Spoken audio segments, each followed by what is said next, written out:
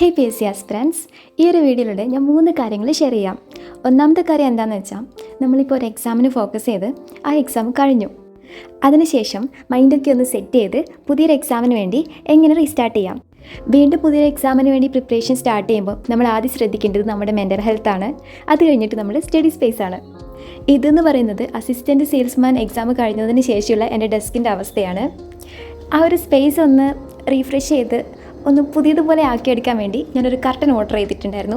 കാര്യമായിട്ടൊന്നുമില്ല, ഒരു കർട്ടനും ഒരു വാൾ പോസ്റ്ററിന് ഞാൻ തോന്നുന്നു അതിന് പറയാം. അപ്പോൾ അത് രണ്ടും വെച്ചിട്ട് ഞാൻ എൻ്റെ സ്റ്റഡി സ്പേസ് ഒന്ന് ഒരു വൃത്തിയാക്കി വെച്ചിട്ടുണ്ട്. അത് ഞാൻ ഈ ഒരു വീഡിയോയിലൂടെ കാണിക്കാം. നമ്മൾ പഠിക്കുന്ന സ്ഥലം ഒന്ന് നീറ്റാക്കി ക്ലീൻ ചെയ്ത് ബുക്സൊക്കെ ഒന്ന് കറക്റ്റായി ഓർഡർ ചെയ്ത് വെച്ചാൽ തന്നെ നമുക്ക് പഠിക്കാനുള്ള ആ ഒരു അറ്റ്മോസ്ഫിയർ റെഡിയാകും. അപ്പോൾ നമുക്ക് മൈൻഡിൽ തന്നെ പഠിക്കണം എന്നുള്ള ആ ഒരു സ്പേസ് കാണുമ്പോൾ പഠിക്കണം എന്നുള്ള ഒരു ചിന്ത വരും. എനിക്ക് അങ്ങനെയാണ് തോന്നിയിട്ടുള്ളത്. ഞാൻ എപ്പോഴും എനിക്ക് ബ്രേക്ക് വന്നാലോ 1-2 ദിവസം ഞാൻ ഗ്യാപ്പ് എടുക്കുന്ന സമയത്ത് ഈ ഒരു പ്രോസസ്സാണ് എപ്പോഴും ചെയ്യുക. ആ ഒരു സ്ഥലം ഒന്ന് നീറ്റാക്കി വെച്ചാൽ നമുക്ക് ഓട്ടോമാറ്റിക്കായിട്ട് പിറ്റേ ദിവസം നമ്മൾ ഇരുന്ന് പഠിക്കാൻ തോന്നും. ഇത് റിലേറ്റഡ് ആയിട്ടുള്ള ഒരു എക്സാമ്പിൾ ഞാൻ പറയാം. ഇപ്പോൾ നമ്മൾ വീട്ടിൽ നിന്ന് സിനിമ കാണുന്നതും തിയേറ്ററിൽ പോയിട്ട് സിനിമ കാണുന്നതും നിങ്ങൾ ശ്രദ്ധിച്ചിട്ടുണ്ടോ എന്നറിയില്ല. വീട്ടിൽ നിന്ന് സിനിമ കാണുന്ന സമയത്ത് നമുക്ക് കൂടുതൽ ഡിസ്ട്രാക്ഷൻസ് ഉണ്ടാകും. അതായത് നമ്മൾ ഫോൺ എടുത്ത് നോക്കും, അല്ലെങ്കിൽ വീട്ടിലുള്ളവരുടെ അടുത്ത് സംസാരിക്കും. അതേസമയം തിയേറ്ററിൽ പോയാൽ ആ സിനിമ കാണുന്ന ആ ഒരു അറ്റ്മോസ്ഫിയർ ആയിരിക്കും ഫുള്ള് ഇരുടായിരിക്കും. നമ്മൾ ഫോൺ നോക്കില്ല, ആരുടെടുത്തും സംസാരിക്കില്ല, ജസ്റ്റ് സിനിമയിൽ മാത്രം കോൺസെൻട്രേറ്റ് ചെയ്യും. കാരണം എന്താണ്, ആ ഒരു അറ്റ്മോസ്ഫിയർ സിനിമയ്ക്ക് വേണ്ടിയിട്ട് മാത്രം, അത് കാണാൻ വേണ്ടിയിട്ട് മാത്രം ഉണ്ടാക്കി വെച്ചതാണ്. അതേപോലെ നമുക്ക് പഠിക്കാൻ വേണ്ടിയിട്ട് നമുക്ക് പഠിക്കുന്ന ആ ഒരു അറ്റ്മോസ്ഫിയർ നമ്മൾ വീട്ടിൽ തന്നെ ക്രിയേറ്റ് ചെയ്യാം. അതേപോലെ തന്നെയാണ് നമ്മുടെ മൈൻഡിനെയും ഒന്ന് സെറ്റാക്കി വെക്കണം. നമ്മൾ പഠിക്കാൻ പോവാണ്, ഈ ഒരു എക്സാമിന് വേണ്ടി പ്രിപ്പയർ ചെയ്യാൻ പോവാണ്, കുറച്ച് ടൈം എടുക്കുന്ന പ്രോസസ്സാണ്. നമ്മൾ തന്നെ നമ്മളെ പറഞ്ഞ് മനസ്സിലാക്കുക. ആൾക്കാരുടെ നെഗറ്റീവ്സൊക്കെ കേൾക്കേണ്ടി വരും, അതൊന്നും എന്നെ ബാധിക്കുന്ന പ്രശ്നമല്ല. ഇങ്ങനെയൊക്കെ മൈൻഡിനെ പറഞ്ഞ് മനസ്സിലാക്കി ഒരു എക്സാമിന് പ്രിപ്പയർ ചെയ്യാൻ വേണ്ടിയിട്ട് നമ്മുടെ മൈൻഡിനെ റെഡിയാക്കി വെക്കുക. അപ്പോൾ ഇതാണ് ഞാൻ പറയാൻ ഉദ്ദേശിച്ച ഒന്നാമത്തെ കാര്യം. നമ്മുടെ മൈൻഡും സ്റ്റഡി സ്പേസും ആ ഒരു അറ്റ്മോസ്ഫിയർ ക്രിയേറ്റ് ചെയ്ത് നമുക്ക് പഠിക്കാൻ പാകത്തിനാക്കി വെക്കാം. രണ്ടാമത്തെ കാര്യം, ഞാനിനി ഏത് എക്സാമിനാണ് ഫോക്കസ് ചെയ്യുന്നത് എന്നുള്ളത് കുറച്ച് ആൾക്കാർ ചോദിച്ചിട്ടുണ്ടായിരുന്നു. ഞാൻ ഇത്രയും കാലം 10th ലെവൽ എക്സാമായ ASMന് വേണ്ടിയിട്ടാണ് പ്രിപ്പയർ ചെയ്തുകൊണ്ടിരുന്നത്.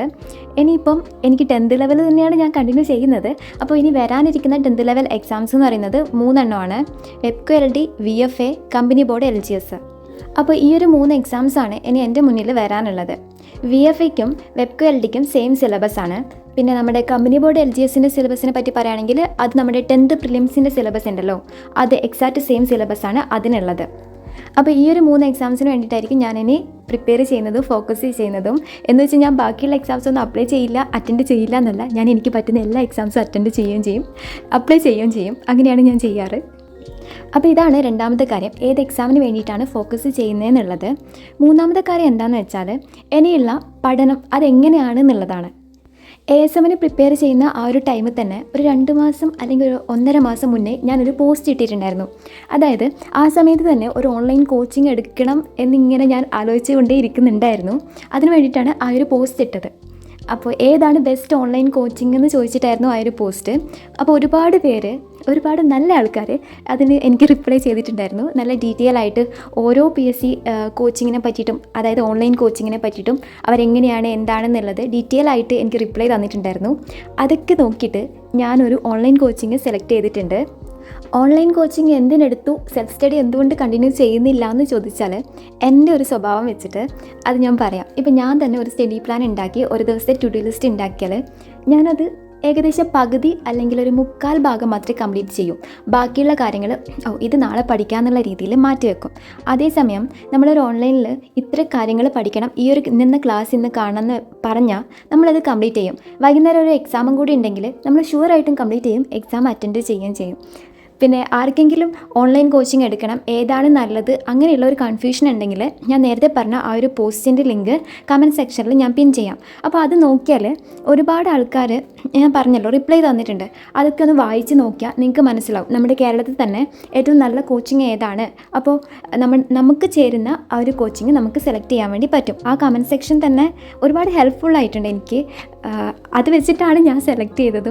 അപ്പോൾ ആ ഒരു കമൻറ്റ് സെക്ഷൻ നിങ്ങൾക്കും യൂസ്ഫുൾ ആയിരിക്കും എന്ന് ഞാൻ വിചാരിക്കുന്നു. പിന്നെ ഞാൻ എടുത്തിട്ടുള്ള കോച്ചിങ്ങിനെ പറ്റി പറയുകയാണെങ്കിൽ, ഞാൻ ചേർന്നത് VFAയ്ക്കും WebQLDക്കും വേണ്ടിയിട്ടുള്ള ബാച്ചാണ്. ഞാൻ നേരത്തെ പറഞ്ഞതുപോലെ അതിന് രണ്ടിനും സിലബസ് സെയിം ആണ്. അതുകൊണ്ട് തന്നെ നമുക്ക് 2 എക്സാമും നല്ല രീതിയിൽ അറ്റൻഡ് ചെയ്യാൻ പറ്റുമെന്നാണ് ഞാൻ വിചാരിക്കുന്നത്. പിന്നെ നമ്മളൊരു കോച്ചിങ് എടുത്തു എന്ന് കരുതിയിട്ട് നമ്മൾ അതിൽ മാത്രം ഫോക്കസ് ചെയ്യാൻ പാടില്ല. നമുക്ക് വീക്കായിട്ടുള്ള കാര്യങ്ങൾ നമ്മൾ ഫോക്കസ് ചെയ്യണം. കാരണം കോച്ചിങ്ങിൽ എല്ലാവർക്കും ഒരേപോലെയാണ് ടോപ്പിക്സ് തരിക. ഇപ്പോൾ GK ആയാലും മാത്സ് ആയാലും ഇംഗ്ലീഷ് ആയാലും ഒരുപോലെയാണ് എല്ലാവരെയും കാണുക, ഒരുപോലെയാണ് ടോപ്പിക്സ് കൊടുക്കുക. പക്ഷേ നമുക്ക് വീക്കായിട്ടുള്ള കാര്യങ്ങൾ നമ്മൾ കൂടുതൽ ഫോക്കസ് ചെയ്തിട്ട് കോച്ചിങ്ങിൻ്റെ കൂടെ കൊണ്ടുപോകാൻ വേണ്ടിയിട്ട് നമ്മൾ ശ്രദ്ധിക്കണം. പിന്നെ ഞാൻ ഈ ഒരു കോഴ്സിന് ചേർന്നതും ക്ലാസ് സ്റ്റാർട്ട് ചെയ്തതും ഓഗസ്റ്റ് 1 ASMൻ്റെ എക്സാം ഓഗസ്റ്റ് 9 എന്തുകൊണ്ട് എക്സാം കഴിയുന്നതിന് മുന്നേ പുതിയൊരു കോച്ചിങ്ങിന് ചാടിക്കയറി ജോയിൻ ചെയ്തു എന്ന് ചോദിച്ചാൽ, എനിക്ക് എൻ്റെ ഒരു കാര്യം പറയുകയാണെങ്കിൽ ഈ എക്സാം കഴിഞ്ഞിട്ട് ഞാൻ എന്തായാലും ഒരു ബ്രേക്ക് എടുക്കും. പിന്നെ ഒരു പുതിയതായിട്ടൊന്ന് സ്റ്റാർട്ട് ചെയ്യുമ്പം അത് ഞാൻ ഒറ്റയ്ക്കാണ് സ്വന്തമായിട്ടാണ് സ്റ്റാർട്ട് ചെയ്യുന്നതെന്നുണ്ടെങ്കിൽ ഉറപ്പായിട്ടൊരു ബ്രേക്ക് വരും. അപ്പോൾ ആ ഒരു ബ്രേക്ക് ഇല്ലാതിരിക്കാൻ വേണ്ടിയിട്ടാണ് അതിന് മുന്നേ തന്നെ, ഇത് കഴിയുന്നതിന് മുന്നേ തന്നെ ഞാൻ ആ ഒരു കോഴ്സിന് ജോയിൻ ചെയ്തത്. പക്ഷേ എക്സാമിൻ്റെ ആ ഒരു ടൈം ആയതുകൊണ്ട് തന്നെ ഞാൻ റിവിഷൻ ചെയ്യുന്നതിൽ ഫോക്കസ് ചെയ്തതുകൊണ്ട് അവരുടെ ആ ഒരു ക്ലാസ് ഒന്നും എനിക്ക് കണ്ടു തീർക്കാൻ പറ്റിയിട്ടുണ്ടായിരുന്നില്ല. അപ്പോൾ എൻ്റെ ഈ ഒരു മാസത്തെ പ്ലാൻ എന്ന് പറയുന്നത്, പോരാത്തതിന് 2 ദിവസം കഴിഞ്ഞ് ഞാൻ നാട്ടിലേക്ക് പോവുകയാണ്. അത് കഴിഞ്ഞ് ഓണമൊക്കെ കഴിഞ്ഞിട്ടേ തിരിച്ച് ഇങ്ങോട്ടേക്ക് വരുന്നുള്ളൂ. അപ്പോൾ ഈ ഒരു മാസം കൊണ്ട് ഇവരുടെ ഈ ഒരു ക്ലാസ് കറക്റ്റായിട്ട് ഫോളോ ചെയ്യണം. അതിൻ്റെ കൂടെ എൻ്റെ ഒരു വീക്ക് സബ്ജക്റ്റാണ് മാത്സ്. മാത്സിൽ തന്നെ ഏറ്റവും വീക്കായിട്ടുള്ള ഏരിയ എന്ന് പറയുന്നത് ജോമെട്രിയാണ്. അപ്പോൾ ആ ഒരു പാർട്ട് ഒന്ന് വൃത്തിയിലൊന്ന് പഠിച്ച് സെറ്റാക്കണം. പിന്നെ ഈ ഒരു ക്ലാസ്സും എക്സാംസും ഒക്കെ ഫോക്കസ് ചെയ്യണം.